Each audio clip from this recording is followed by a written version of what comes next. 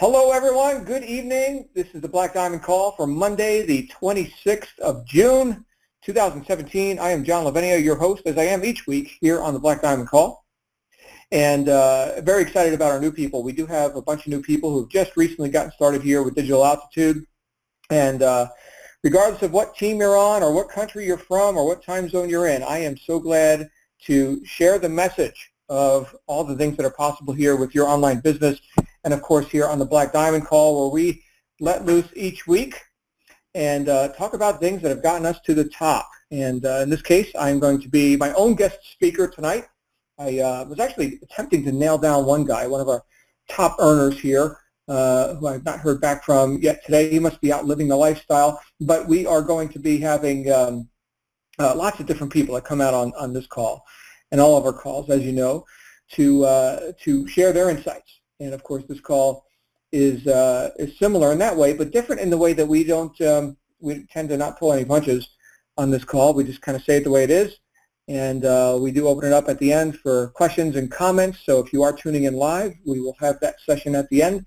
But essentially, the Black Diamond Call, for any of our new members here, is where we get to hear about the ideas and strategies that got us to the top, rather unfiltered.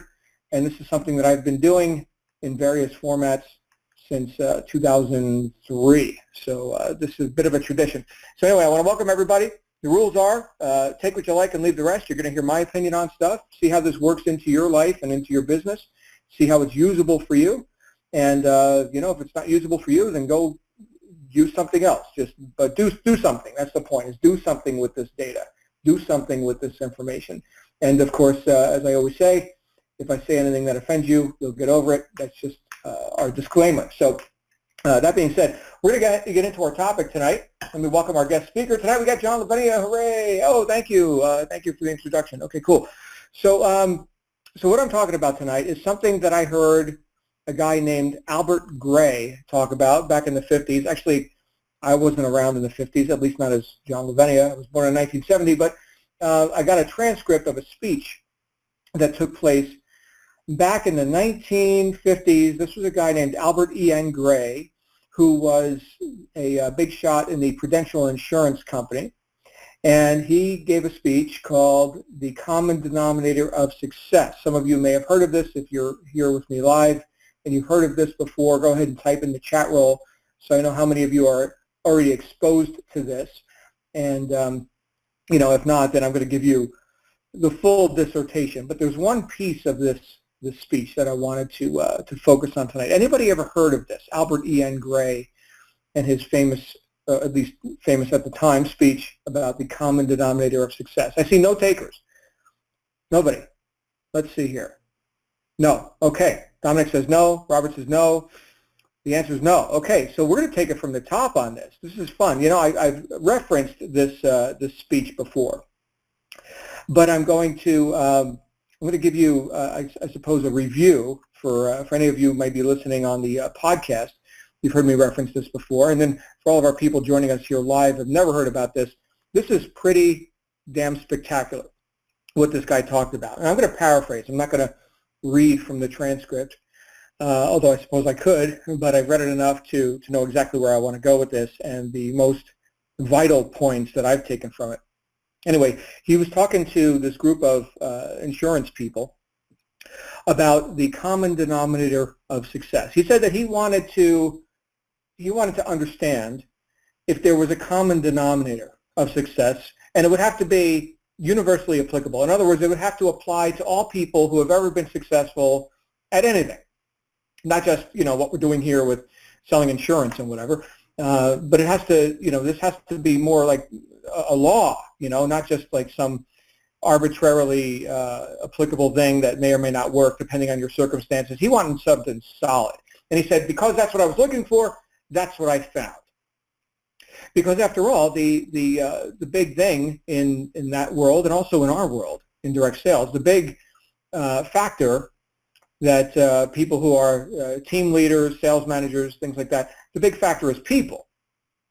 And I think a lot of times in modern times, certainly with the advent of the internet and various forms of online media and such, people sometimes don't really grasp the necessity to be a good communicator, to be someone who can manage a team, who can influence people to take action. This is sort of a play off of what we did this morning in our wake-up call. But I'm going to go a bit deeper into some, I think, very usable philosophy here. So anyway, he said, that's what I was looking for. That's what I found, right? Understanding how people operate and why there's a small percentage of people in the organization who are excelling, and then there is the rank and file. Okay, so I want to know, is there a common denominator of success here? And he said there is. And here it is, everyone. Here it is. And he rocked the room when he said this. He said, the common denominator of success that is true for all people who have ever been successful at anything is that successful people are in the habit of doing things that failures don't like to do. That's what he said. Successful people have formed the habit of doing things that failures don't like to do. And he went on. He said, it's not like these successful people, these few successful people are, somehow lucky, that they've, that they were just blessed with an affinity for doing distasteful things that people don't like to do. Other people, these failures, these unlucky people, oh, if only they like doing these things that the successful people like doing, then they would be successful too. How unfortunate. Okay. And so he said, no, it's not that they're lucky. By the way, can you guys still hear me? I'm seeing a bit of chatter in the chat roll. People asking if the call is started. Can somebody type in the chat roll, make sure that we're still live, that we haven't collapsed? Robert says yes.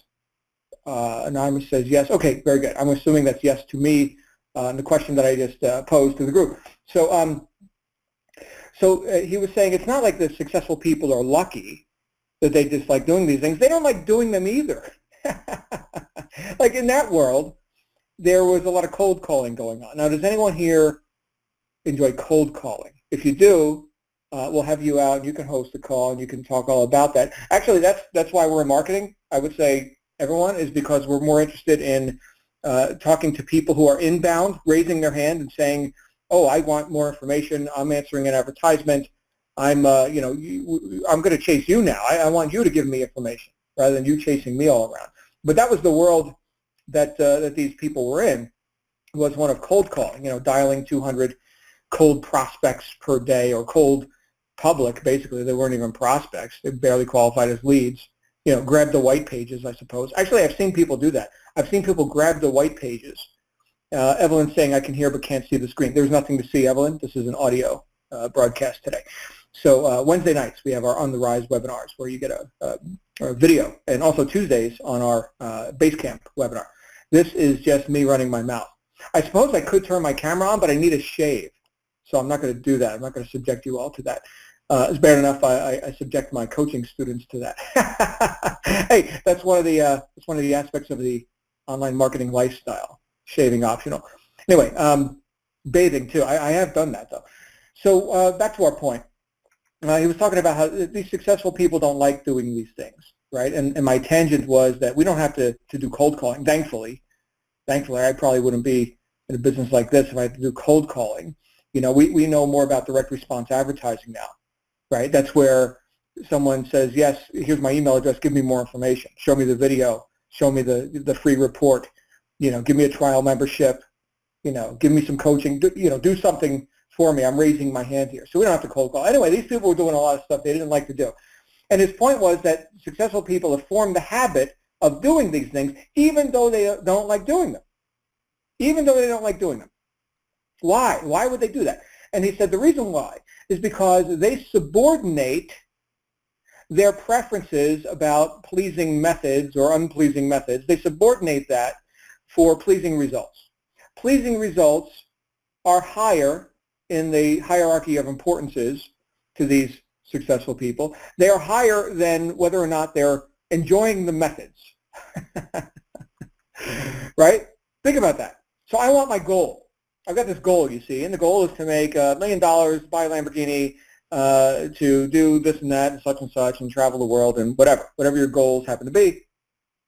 And I am now willing to exchange my service, my product, my opportunity for for the receipt of money in exchange for these benefits that I'm going to offer to the marketplace. Now, the methods that I must impinge on the marketplace, in the case of what those people were doing, a lot of cold calling, okay, the methods that I must use to impinge on the marketplace and to increase the demand for what I have a supply of here, well, those methods are second to the future result, which I'm going to guarantee myself right now. I'm going to get that future result.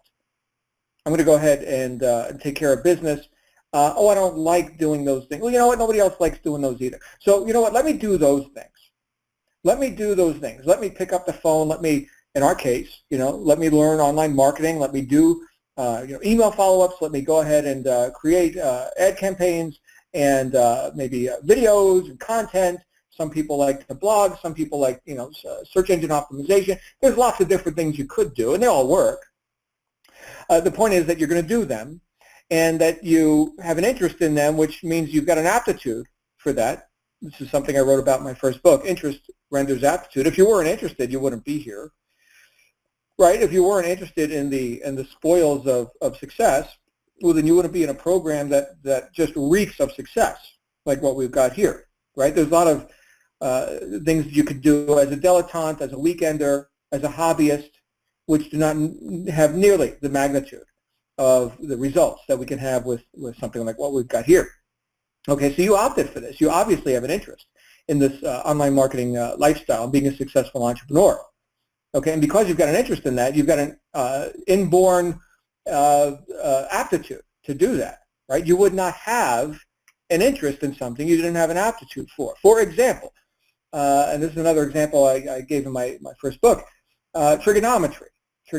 I dropped out of trigonometry when I was in high school. Why? I didn't have an aptitude for it. I didn't like it. And I've got a high IQ, but my goodness, I'm not interested in this. Like, when am I going to use this? When am I going to possibly use this? I'm not going to be doing trigonometry. I'm a bit of a wordsmith. I was even back then too. I was very much into language and communication, and didn't know it at the time, but sales, communicating with people, and understanding how the mind works, how my mind works. And this was kind of out of necessity too. I mean, I had an interest and an aptitude for that sort of thing because my life wasn't working, guys. I don't know how many of you know my story, but I was a troubled youth running the streets of New Jersey. My life was a wreck. I had to start learning something about the mind and how we get results and why I'm so pathetic, right? I had to learn about that stuff out of necessity. And so I was interested in it, and therefore I had an aptitude for it. Trigonometry, not so much, right? And guess what? Not interested, not good at it, dropped the class, done. Okay, other people, oh, they love it. What other kind of stuff do people love, right? Accounting. I was just having this conversation with my wife just today, right? How I can practice work avoidance when it comes to things like accounting. Now, we've got an accountant, we got people that do the high-level stuff. But when it comes to things like auditing, statements and things that just standard business practice kind of stuff, oh my goodness, can I practice avoidance on that? Hey, I gotta feed the fish, and I think the dog needs to go out, and oh, I didn't get the mail yet today, and you get how this goes, right? So I could do that. I could do that all day. I don't like it. I just don't like it. Now, some things we got to do. Give you another example, going to the gym, right, or doing some sort of exercise, right, in our online marketing world, and in fact in our modern life, it's a bit sedentary, right? People sit around, they stare at a computer, they watch TV, they play with their phone, they ride the bus, they're not walking, they're not being chased by saber-toothed cats. They're not being chased and running for their life and defending their life 3 times a day because it's being threatened. Right? The human body was meant to do stuff, to work, right? To do things, to chop wood, carry water, and fight saber-toothed cats, right? That's what we were designed to do, and we've gotten soft. Okay, so there are some people who do the very distasteful thing of inflicting pain upon themselves with exercise equipment, and they've done it to the point where they've developed a habit of doing this. Failures don't like to do this, right? But guess what? Physically fit people don't like to do it either. Am I making a point? Albert Gray made the point 50-something years ago. He said successful people have developed a habit of doing things that failures don't like to do. And they do these things even though they don't like them because they subordinate pleasing methods for pleasing results. That's why we do these things. Now, you've already got a clue on what things you can and should be doing by the virtue of the fact that you're here in this environment, in this community. Okay, there are other people who are going to get really good and form, very resourceful habits in areas that you do not need to become, well adjusted to or habitually successful at, like trigonometry, like accounting, right? Things like that. And I know some of you have more of a mathematical mind, certainly than me.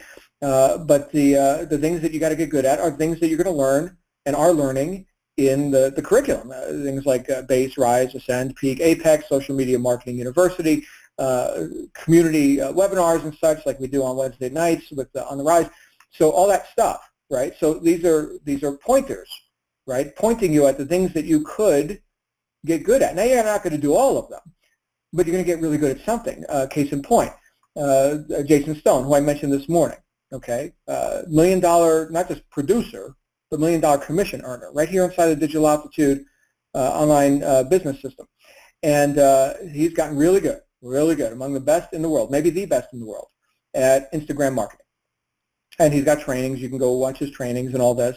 And he is an authority on that. Does he know anything about blogging? I think not. Maybe he does. If we get him on this call, maybe next week, he can talk more about his blogging experience. But as far as I know, no. Does he know anything about podcasting? No. In fact, the couple of times that we've had Jason on stage and on calls like this, he's been he's not an entertainer per se, right? Very knowledgeable with what he does. But he's not, he's not really a performer, so to speak. And fine. You don't have to get good at everything, right? There are professional talkers in the community, like me. I can be the wordsmith. That's fine. But the idea here is that we get good at something. If I made a point, okay, good. So we're going to move on from that. Now, where I wanted to go with this is another point that Albert Gray made in that speech that I think is profound, just profound. And it's good for you to take and put to use, whether we're just talking about you just got started and you're attempting to be focused and effective and accelerate your progress, or you've got 1,000 people on your team and you're looking to induce duplication and leverage through other productive people who are actually doing it. Right. So the next point that he made, if we've covered this one, I think thoroughly. Okay, does everybody get it? Everybody gets the point now. You're going to develop habits that are resourceful, that you may not like to do, but you're going to do them anyway. You're going to do them to the point where you actually develop a habit of doing them. We don't have to belabor the decision anymore. Like, oh, should I do the accounting? Should I not do the accounting? Oh, should I go to the gym? Should I not go to the gym? Right? You're going to get to the point where that decision's already made. There's no time spent in making that decision anymore. The decision's already made. You've developed a habit. You don't even think about that decision anymore. Okay, so that's where we're going with this, and that is what successful people do, according to Albert Gray. That is the common denominator of success. Develop the habit of doing things that failures don't like to do. He goes on. He talks about all you sales managers, all you marketing team leaders who are in a slump. Okay, apparently, sales has been cyclical for a long time. It's not like, every day is a constant up stat, right? We got up stats, we got down stats, we got trends, right? These are statistics that we can look at, whether we're talking about how many leads you're bringing in, how many sales you've made, trial memberships, Rise, Ascend, Peak, Apex. There's statistics for all this stuff.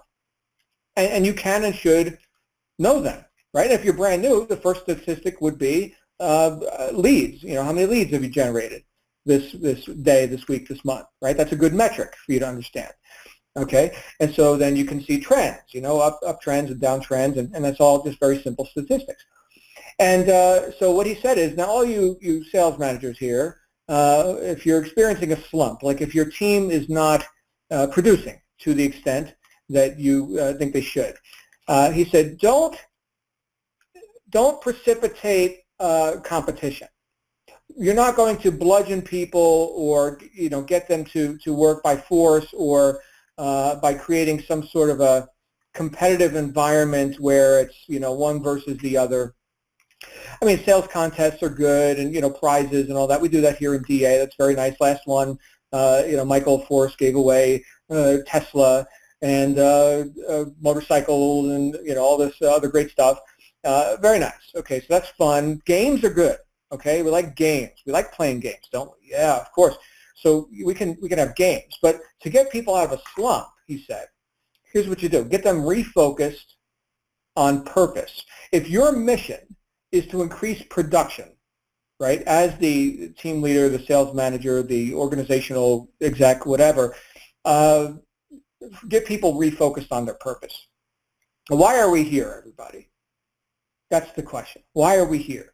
And if people are moping around, hanging out at the water cooler, practicing work avoidance, okay, failing to develop resourceful habits because they don't like doing those things, and there's always something more compelling or so-called urgent, that they could be doing instead of, doing what they, income-producing activities and such. The thing to do to get out of a slump is to refocus on purpose and to re-indoctrinate and re-enroll people into that purpose, and then production will take care of itself. And this is the original idea I wanted to go here with tonight, but since none of you have heard this speech before, by the way, you can download a transcript of it. Just, I guess, Google Albert E. N. Gray, Gray, Albert E. N. Gray, and the speech was the common denominator of success. And you can download a transcript. That's how I got it, right? I mean, we got the internet now, this internet thingy, we can find stuff. And, but this whole idea of getting out of a slump. Okay, now, if you're brand new and you're just starting your marketing, then you don't need to get out of a slump.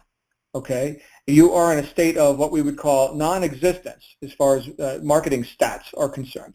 Non-existence. So your main mission now is to start marketing. In other words, to set up some communication lines or channels and to get in communication with people, make yourself known in the marketplace. Yes, that is your first order of business. And prepare to deliver. That's it. That's what you want to do. You want to prepare to deliver. And who are you going to deliver to? These people you are making yourself known to. Right? So this is the first stage of climbing out of this non-existent state as you relate to the marketplace, or as the marketplace relates to you. Bob who? I have no idea. Karen's asking, what's the book's title? It's not a book, Karen. It's just a transcript of a speech. It was called The Common Denominator of Success by Albert E. N. Gray. And that was the 1950s. Anyway, so you don't have to get out of a slump. However, you still have to start forming the habits of doing things that failures don't like to do. What are these habits? Well, again, we've got pointers. We've got things that point to you to these habits. Okay, and when you start considering, and if you're just like right now, you're just going through training, and you're starting to consider, what methods would I like to employ? What would I like to do in terms of my marketing? When you start considering these things, you'll find that there's one or two things that you feel you've got a natural tendency for, a proclivity is what the word would be, a proclivity for doing these things. Okay, we're going to expand our vocabulary tonight. I've got a proclivity for video marketing. I just love to run my mouth in front of a video camera. Man, I turn on my iPhone and it is just effortless, right? I can just give me a mic and a camera lens, and man, oh man, I am ready to create some content. Now, does that sound like you? Well, great. Then go through the training on video marketing, which you'll find in your Aspire system. Of course, you must have already been through all the coaching, the 18 steps, the business plans, and all that. Okay, and then you get into that, because that's more of the doing part of the business. But everything that leads up to that, right? If you're brand new here, you're going through the Aspire steps. You're in the right place. That's great. We're working on foundational stuff. Being, right? Who are you in this whole repertoire? Who are you in this whole organization here? That's what we got to define first. The great philosopher Goethe said one must be something in order to do something. So that's fine. We're going to start with who you are and what you want, right? And then from there, it sounds like a simple question. Excuse me. Sounds like a simple question. What do you want? It's actually a very profound question. A lot of people have a hard time coming up with solid answers to that. So we got to make sure we know what you want. You got to make sure that you know what you want. And so that once we've done that, okay, then we can get into what do we do to get what we want. But the point here is that you're going to have a proclivity for something. Okay, and it may or may not be video. Maybe that doesn't sound like you. Oh my goodness, me talking to a camera. What am I going to talk about? I don't know. Do I look like an idiot? Is my makeup right? And my makeup's always right, by the way, just in case you're wondering. But I don't know. This sounds terrible. I'd much rather tweet. I can do like 15 tweets a day. My goodness, I can tweet up the world. I can tweet this and that. Obviously, I don't know anything about Twitter. I have an account. I think I logged into it last year or the year before, but obviously I'm not a tweeter. Okay, I do not have a proclivity for tweeting 100 characters or whatever it is, and giving links ad infinitum. Other people love doing that stuff, right? Keep the conversation brief, right? 128 characters or something, and 140, something like that. You'll learn brevity doing that. Not for the professional talker, not for the author, right? Okay, now I'm going to write. Okay, so when I do that, that's like an event. That's an event. Okay, that's not me tweeting. Okay, that's an event. So different strokes, right, for different people. The point is to pick something and to do it to the extent where you form a habit. People who are professional Twitter marketers, they're not tweeting once a week. Okay. In fact, we've got some stuff on Twitter here inside DA. You can learn about that, certainly through Social Media Marketing University as well, and which all of our RISE members have access to. Okay, so if you got RISE and you've been through all the steps, you get free access to that. That's, by the way, for those of you who are brand new and don't even know what that is, who don't have your RISE program yet, oh my goodness, that is college-accredited social media consultancy training. This is high-end. Okay, so if you're interested in college credits, which you may or may not be interested in, you get those too. Right, so that's that program, and they've never aligned with a direct sales company before until Digital Altitude, right? That's certainly they've had plenty of offers, but clearly the significance and the substance of what we've got here with DA has caused that strategic alignment to happen for the first time ever. Anyway, back to our point. You're gonna develop some habits of effectiveness. And it's going to be not an arduous thing, and you don't necessarily like tweeting, but you feel an inclination towards tweeting or video or blogging or whatever, okay, or doing banner ads or whatever you're feeling an interest in, and so you're going to have to go through the learning curve of doing that and doing it more effectively, right? You'll learn from other people. You'll see best practices of people, like I mentioned, Jason, people on Instagram. Here's what he does. Here's his best practices. And then you go and you implement with your own brand, your own flavor on that. And then ultimately you become an authority in that area. And then you come out on the Wednesday night webinar and demonstrate how you do it and all that. But does that make you special or something? Because now you're an expert in some area because you've simply chosen to develop an effective habit? I don't know. Is that special? Well, it's a small percentage of people that do it. The average person doesn't do that.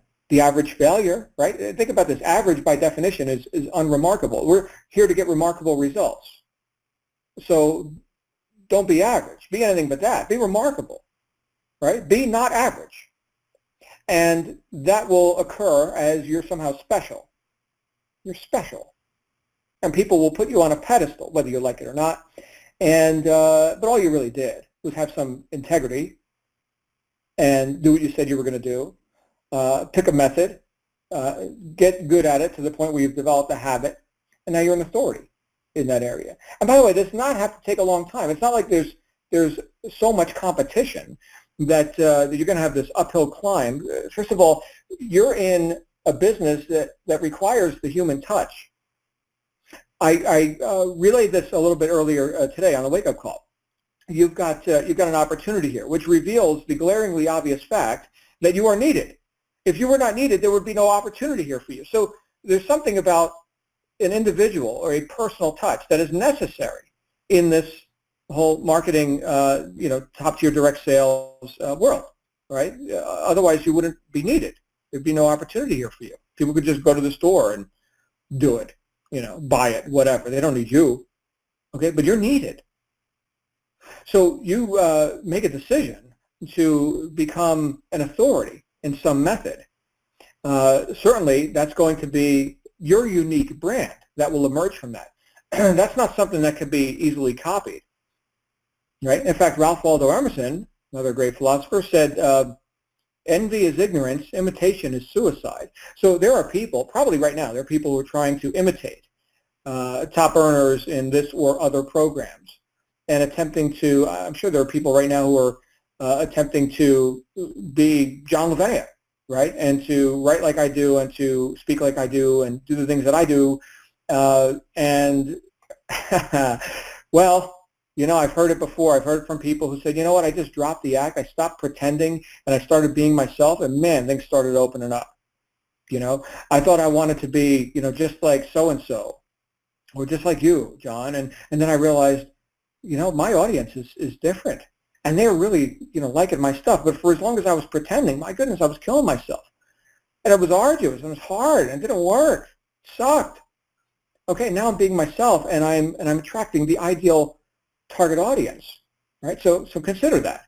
Consider that. You've got something unique, and that can't be competed with directly if you develop it, right? If you reach, right? Reach for your goal and reach into the marketplace to fulfill that goal through whatever communication channels that you choose to develop habits of effectiveness with. So right there's a key. Okay, back to the original point, successful people are in the habit of doing things that failures don't like to do. And the secondary point, actually the tertiary point, the secondary point was we don't like doing them anyway, we just do them anyway. We don't like doing them either, we just do them anyway. The third point, and the one that I'm focused on here, is focusing on your purpose. So, and to that end, if you're brand new here, your purpose should be pretty fresh in your mind. Now, maybe you're just discovering that. Maybe you've just met people who, for the first time, are asking you, what do you want? That big question, right? What do you want? What is your goal?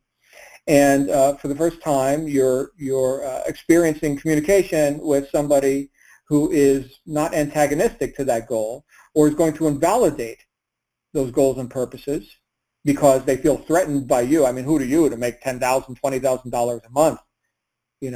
No, we're here to validate that. Please, go make a pile of money. Go make $1 million a month, please.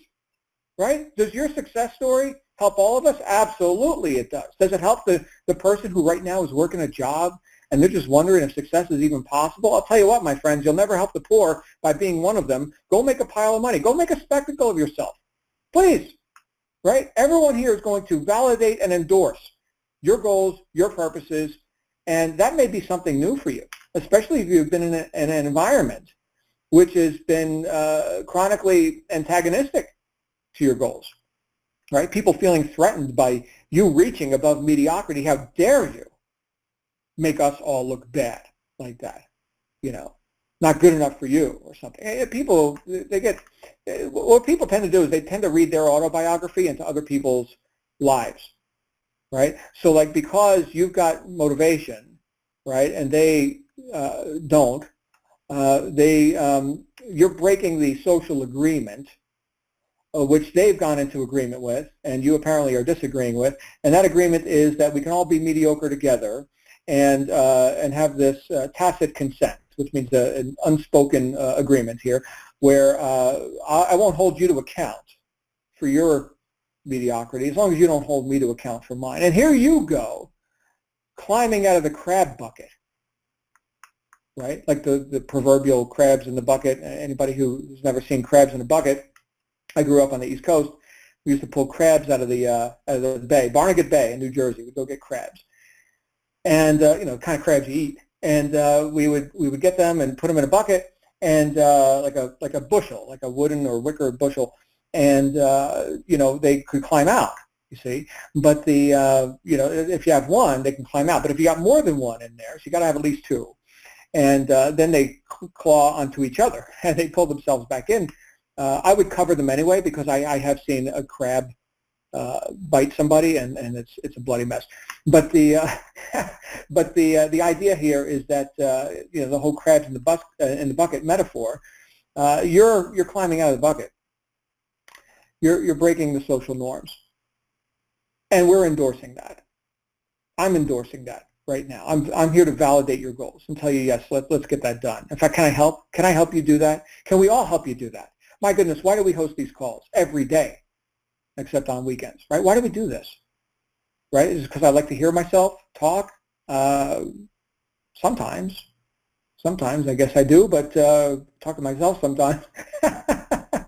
But no, I like to deliver value in the marketplace, and I've developed a habit of doing that. This is just my communication channel to do that as it relates to this community. Okay, so what can you do? What can you do? Do it based on purpose. There's the point Albert Gray was making. So you got these people walking around in a slump. Their production is down. Okay, it's not time to crack the whip. It's time to rally the troops and say, ladies and gentlemen, why are we here? And I want you to think about this as it relates to this particular opportunity. Why are we here?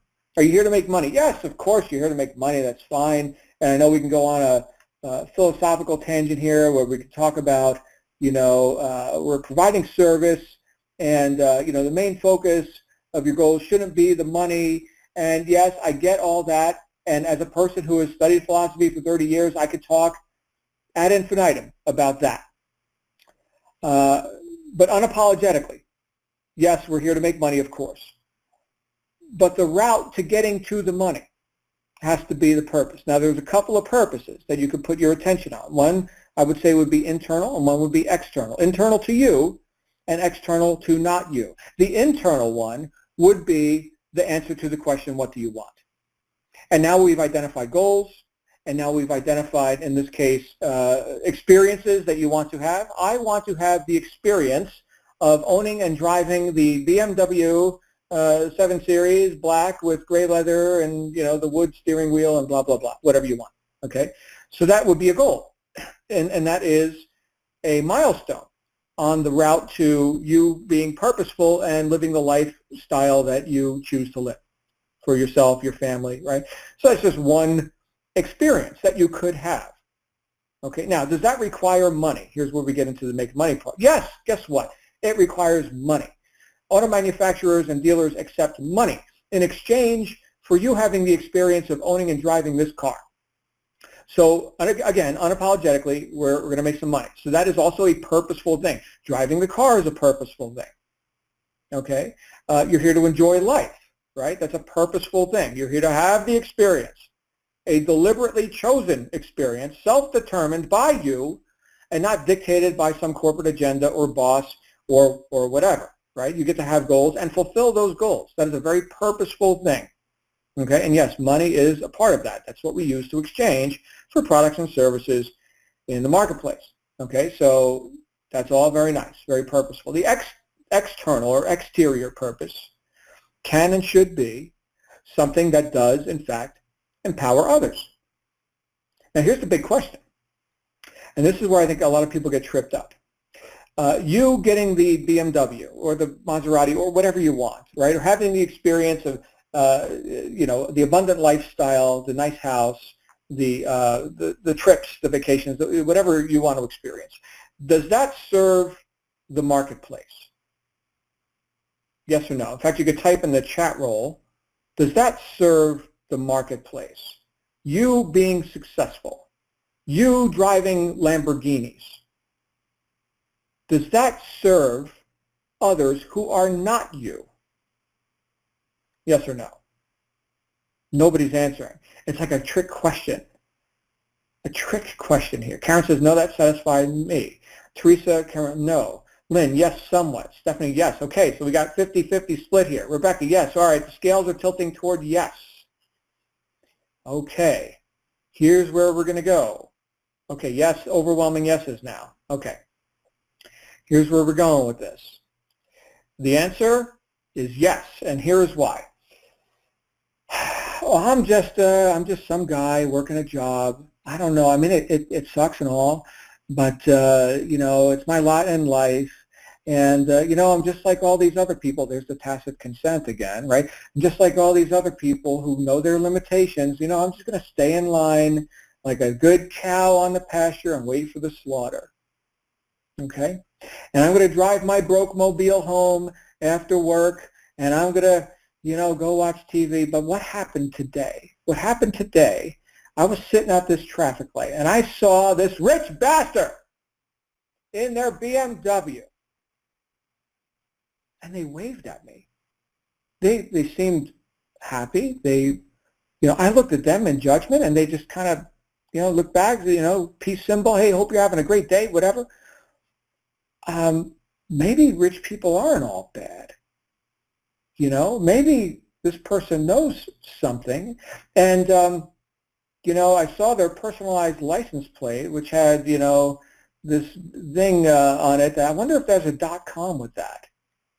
And they go to the .com and they see your, you know, and I'm just making this up as I go. I don't know that you got a personalized license plate with your website on it. But my goodness, people paper up their cars with all these stickers and stuff.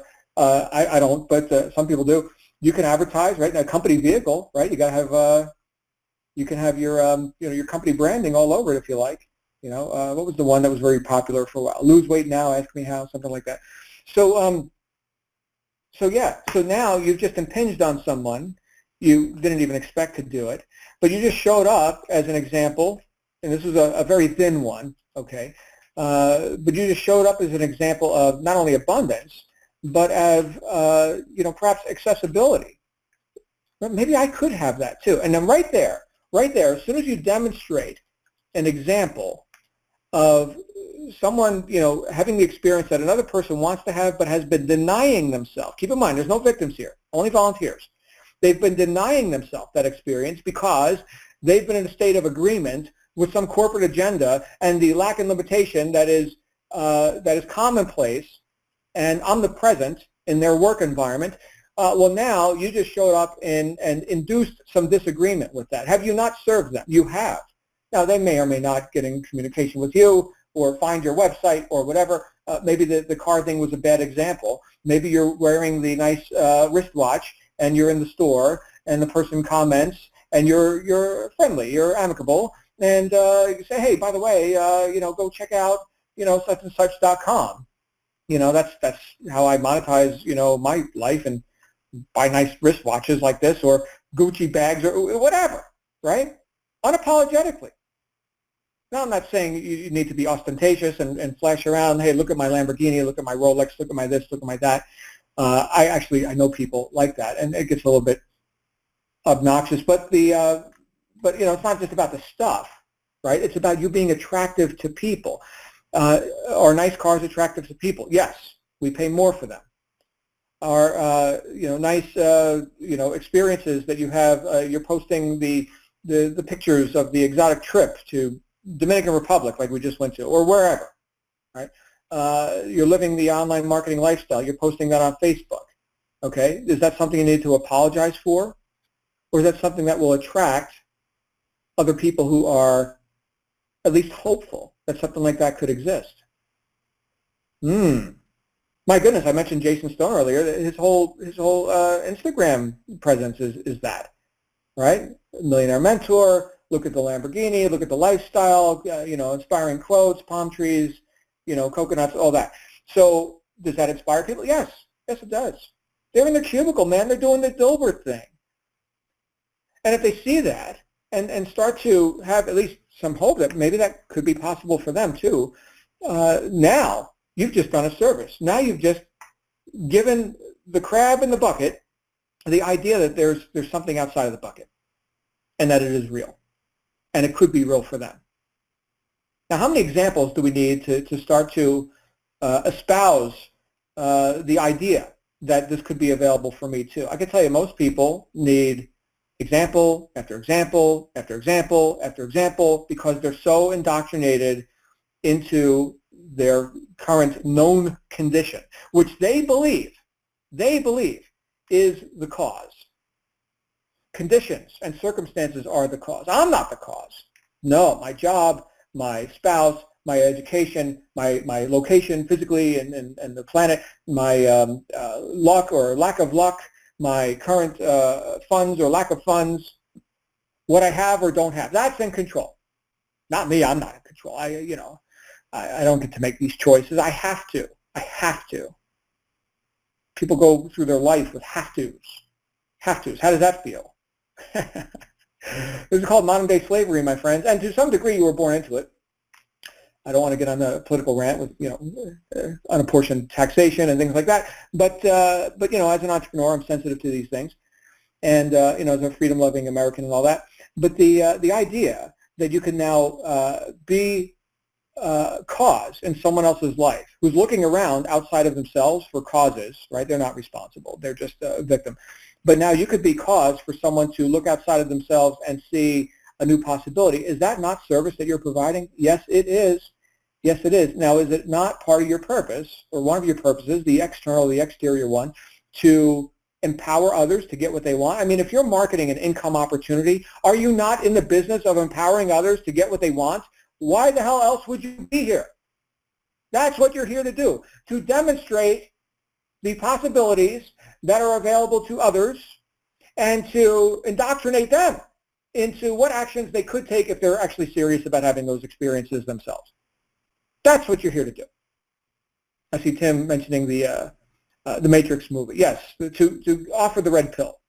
Okay, you want to see reality? You want to see what's really going on here? Absolutely. Here we go. Okay, now I'm not saying it's going to be necessarily a comfortable ride. Albert Gray covered that, right? We're in the habit of doing things failures don't like to do. Nobody likes doing these things, right? I want to go play video games, man. I want to go hang out and do whatever I do. But no, I'm going to learn marketing. I'm going to do this stuff. Why? Because my goals are more important. And because somebody like you demonstrated to me by your example that if I got off my ass and did something, that there's a light at the end of the tunnel, I could actually have a better experience. Because look at your experience. Thank you for your example. Thank you. Thank you to all of you who are demonstrating that success is possible and not living like a victim of life. Because I don't think the world has any use for more victims. I think we're replete with victims, and we need leaders. We need leaders. And that can be you. Now, what's that work? Well, law of exchange, right? Think about this. This is something that, again, I'll refer to Ralph Emerson. Something Emerson talked about was that when it comes to you being compensated, that your pay will be in direct relation to the need or the demand for what you do. Now, we're talking about marketing, right? We're augmenting the demand. Okay, so that's what marketers do. So number one is the demand for what you do. Number two would be your ability to do it, to deliver it. Okay, sounds pretty simple so far. And number three would be the difficulty there would be in replacing you. Those three things, the need for what you do, your ability to do it, and the difficulty there would be in replacing you.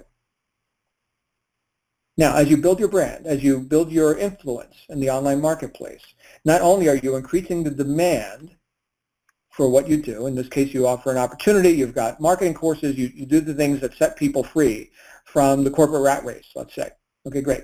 So that demand is being increased via your marketing. Your ability to do it, your ability to deliver the value that you're here to deliver in the marketplace. Well, what have we been talking about this whole time? Developing habits of effectiveness, which make you better at stuff, right? Like the first time I went to the gym, I was not, I had the grace of a rhino. I mean, I practically hurt myself with this heavy weights and everything. And now, oh my goodness, I know the way of weightlifting. And so that is something that you get good at, right? You get better. So your ability to do it. Same with marketing, same with things that are much more subjective than, lifting heavy pieces of iron.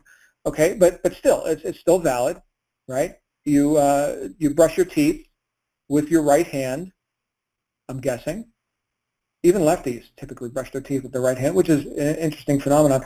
But try using your other hand sometimes. See how good you hit those teeth with your other hand. Do that tonight. Do that tonight. I'm going to do that right after I shave. I am going to shave. But do that tonight. Brush your teeth with the opposite hand and see how you do. Okay, so the right hand, or whichever one you typically use, that's a, you've got a habit there, and it's better. The right hand is just better at that stuff, right? Same with a fork and knife. Switch sides with your fork and knife. Okay, so when you develop habits, you get good at stuff. Okay, so that's the second thing, your ability to deliver. And then the third thing is the difficulty there would be in replacing you. Now, are most people leaders or followers? Most people are followers. Okay, are most people victors or victims? Most people are victims, right? They're succumbing to their lot in life. How difficult is it to replace a real leader in the marketplace? Very difficult. Very difficult. See how important you are now? Not just to yourself and your internal purposes, but to the external purpose of affecting others positively in your time here that you've got. I mean, this is why you're here. You're here to have some benefit in the marketplace, to deliver. Okay? And when you do that diligently, not only do you get really good at it, but you have very, very little competition, and certainly no competition for you as an individual because of your unique talents and abilities. Nobody makes that YouTube video like you do. Nobody runs that podcast like you do, does the tweets like you do, the Instagram channel like you do. Okay, this is your unique flavor. And 7 billion people on the planet, some of them are going to gravitate towards you and not towards the other guy who does it a little bit different. Okay, 7 billion people, that's your marketplace. What an opportunity. My goodness. All we got to do is reach. But we're not going to reach if we're not focused on our purposes. And this was the main point, okay, that Albert Gray talked about. So you got the sales team. And I thought this was going to be a brief call because this is a very brief point. Okay, if you want to increase production, focus on purpose. That's the main point of this whole conversation here today. If you want to increase production, and I think we all do, then focus or refocus on your purpose. And I'm here to tell you, you've got to have an internal and an external purpose, and they must be congruent.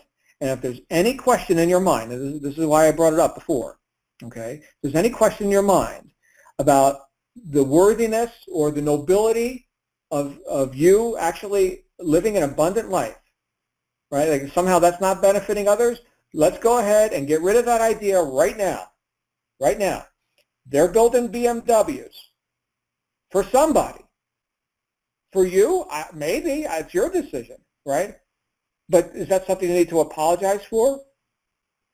Again, it doesn't have to be a BMW. Get whatever you want, okay? But the point is, you're celebrating, or not, the craftsmanship of such and such product that you're looking to experience the ownership and experience of, right? So is that something you need to apologize for? Does that take away from somebody else? No, no. Thank goodness. Thank goodness there are people who are demonstrating success right now. And there are people right now who don't even know you exist, but they will.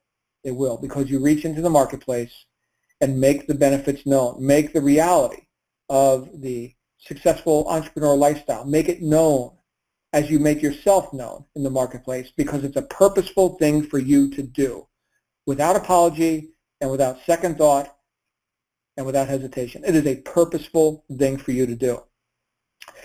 Now that you know that, my goodness, what would hold anybody back? This sounds like a most noble pursuit. This sounds like a quest. I feel like King Arthur on the Holy Grail of Monty Python. Banging the coconuts together and riding to find the Grail. I mean, that's, let's get with it, right? My goodness, I haven't seen that movie in a while. I'm a big Monty Python fan. I might watch that tonight. But not until after I do my accounting. I've got to get this accounting done. But that being said, that's our main point here. Okay, so whether you're a team leader or you're just leading yourself at this time, get really focused on your purpose, right? Why are we here? Why are we doing this? We can go do anything. Why are we choosing to do this with our time? Because this is what we're trading our life for. This is it. Our life measured in time. Here's what we're doing. We're going to get good at this. And we've got a purpose to do that. And when we focus on that, my goodness, the how-to decisions, those are all easy to make. Now we can start developing habits of effectiveness, like Albert Gray talked about. So I hope you got some value out of this. What I'm going to do, can't believe I talked for almost an hour on this. Wow. Okay. Well, obviously I'm interested in this topic, and hopefully you are as well. I'm going to go ahead and open it up for questions, comments. Hold on a second. Here we go. So if you guys would like to come out, you can go ahead and raise your hand by clicking the raise your hand button, which I think was the mute button or unmute button. And if you're on a phone, then *6 is the command to mute or unmute. And we do have our first caller. Here we go. Karen, you're live on the air. Hello, Karen. Oh, hi. Good evening, everybody. Hey, there she is. Where are you from, Karen? All right. Well, it's more a comment than a question, John, because Okay. I do agree with you that the quality of life that you exhibit on a day-to-day basis is testament to the fact that what you're doing is working. But often I get more of a response that says, oh, so you're rich, so you're enjoying this kind of a lifestyle. I wish that could happen to me, but I can't do it. How do you answer to someone like that, who shows more of envy, for want of a better word, rather than admiration and wanting to know how you do what you do to be where you are? Good question. Is this my friend Karen in Jamaica? Yes. Hey, Karen. Morgan, yes. Awesome. So here's what I do. I put their attention on their belief that they can't and where they got that belief from. Right. So this whole idea of I'm not cause, I'm effect, that's really what we're talking. Like when we go to all the problems that we have or that people have or they assume, it comes down to them assigning cause somewhere else. You see this is a victim mindset that we're talking about here. And which we can also say, okay, and people may not like hearing this, we could say it is gross chronic irresponsibility. Victims are irresponsible people. Irresponsible. I am not responsible for my results. I can't, right? That is victim talk right there. And it is everywhere you look in common society, right? Only special people, Karen, only special people can do stuff like that. And look, this is something that I've dealt with for a long time, having become successful myself.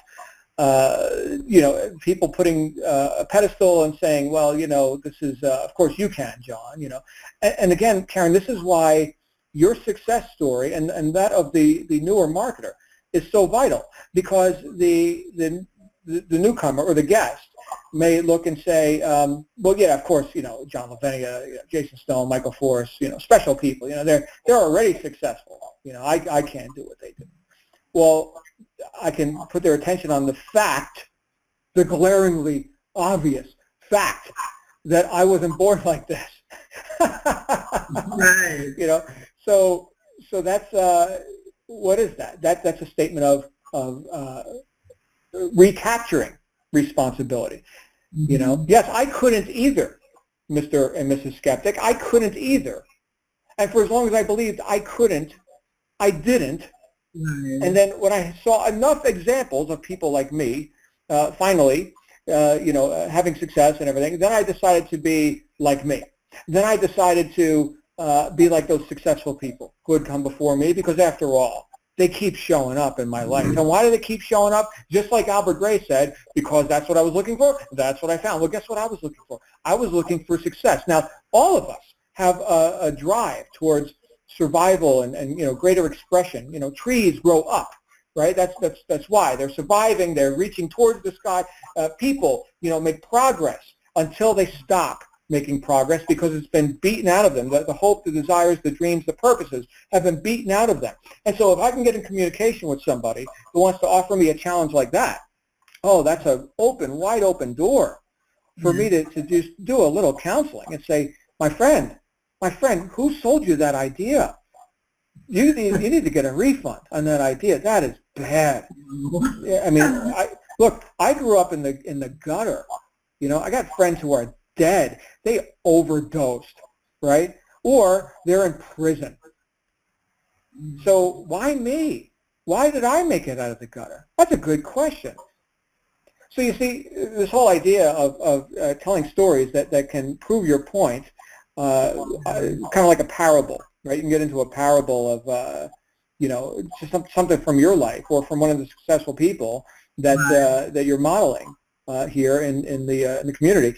You can get into a story which disproves and disabuses the erroneous belief from that person who is instantly and automatically, without thought, disqualifying themselves. Because if they were thinking, then they would see, oh my goodness, we've got more similarities than we have differences, right? And in your case, you've got, and I don't know what, geographically or where these people are coming from that may offer you such a challenge, but I can tell you that all throughout the world there are, sections of poverty, and there's sections of abundance and all this.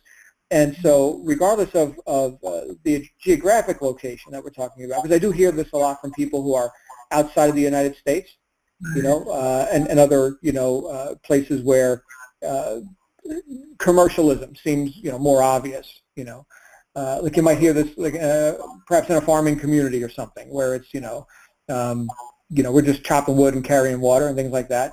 What do I have used for a BMW? Again, instantly disqualifying ourselves from the experiences we would want to have because people around here don't do that. So I think that may be a part of it. But the point is that you can use your stories however they relate. Like I already mentioned to you, the streets of New Jersey. I don't know if you've ever been to New Jersey or seen some of the cities there, urban decay and things like this. But okay, so that is something which would be a graphic picture that would instantly disprove that I was somehow special. When I got started on my path of self-discovery and self-actualization or whatever.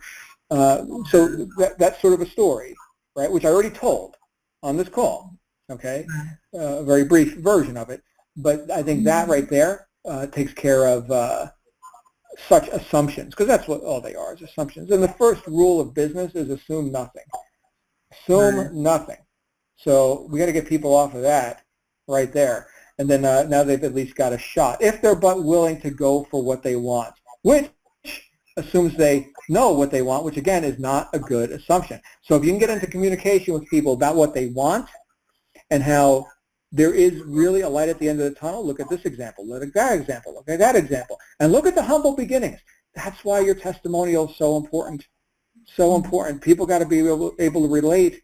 And you know what, Karen? I know this is a long answer, but there are people who will hear me and say, oh, I don't like that John Lavenia guy. He's, some Italian from New Jersey, and his hair is brown, and well, blah, blah, blah, blah, right? But Karen, Karen, she's great. I love Karen. Well, now the Karen, I hear about her. You see, now maybe this is a good thing. I don't care for that John Lavenia guy. But Karen, okay, fine. Go buy it from Karen then, please. Okay. All right. I hope that helps you out, my friend. Does that work for you? Yeah, that's a good one for me, John. Yeah, this is a good call, actually. Very good. Well, I'm so glad you're here. Thank you for coming out here. I don't see anybody else with their hand up. So last call. Anybody else want to come on out on the call and say hi? And any questions, comments, feedback, ideas? I did see quite a bit of talk in the chat room. Thank you all for your acknowledgement here. I'm glad you're getting value out of the words that are coming out of my mouth. Okay, last call. Anybody else? No, going once, going twice. We are done. Let me go ahead and wrap up Q&A. Okay, so with that, we are going to wrap up another thrilling Black Diamond call. I will see everybody on the wake-up call tomorrow with our friend Joel Straight, who is our regular Tuesday host. And, of course, in the meantime, see what you can do to apply what we've talked about here, right? What habits can you form that are wealth generation, income producing sort of habits that are habits of effectiveness that failures don't like to do, but that you're willing to learn and to do to the extent where you don't even have to think about it anymore. You're going to become the best at that, or your own unique expression of that. Okay, pick one thing. Don't pick 10 things. Not 10. Not 10. One. Start with one. Okay, no, we're not here to get overwhelmed and be miserable. We're here to have a great time and fulfill our purposes, which again are internal. They affect you unapologetically. Live the lifestyle you want, and external, they also enlighten and empower other people as well. Thanks again, my friends. I will see you next week. In the meantime, and I'll see you tomorrow as well. In the meantime, have a great night. You absolutely deserve it, and bye for now.